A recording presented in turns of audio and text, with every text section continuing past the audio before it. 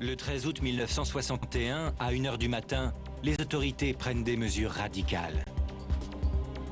Quasiment 40 000 soldats et membres de la milice est-allemande forment une chaîne humaine au centre de Berlin. Ils bloquent les rues, élèvent des postes d'observation en béton, dressent des rangées de barbelés.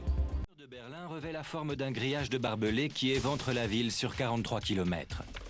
112 autres kilomètres de clôture encerclent Berlin-Ouest, qui devient ainsi une île entourée par le territoire est-allemand.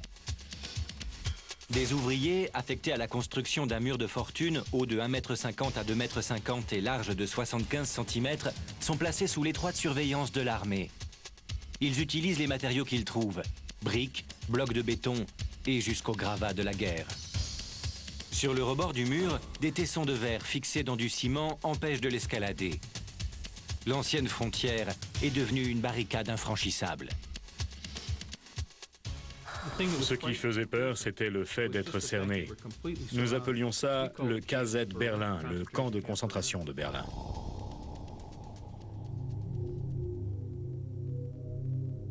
Les habitants de Berlin-Est font face à un dilemme déchirant. Soit rester à l'Est, quitte à laisser le piège se refermer sur eux, soit passer à l'Ouest, en affrontant la police et les barricades. Nombreux sont ceux qui préfèrent risquer leur vie sur le mur, plutôt qu'être assignés à résidence à Berlin-Est. Par endroits, le mur se compose toujours de barbelés. Quelques-uns s'y jettent tête baissée. Dans certains quartiers, des immeubles de logement sont intégrés au tracé du mur par les autorités.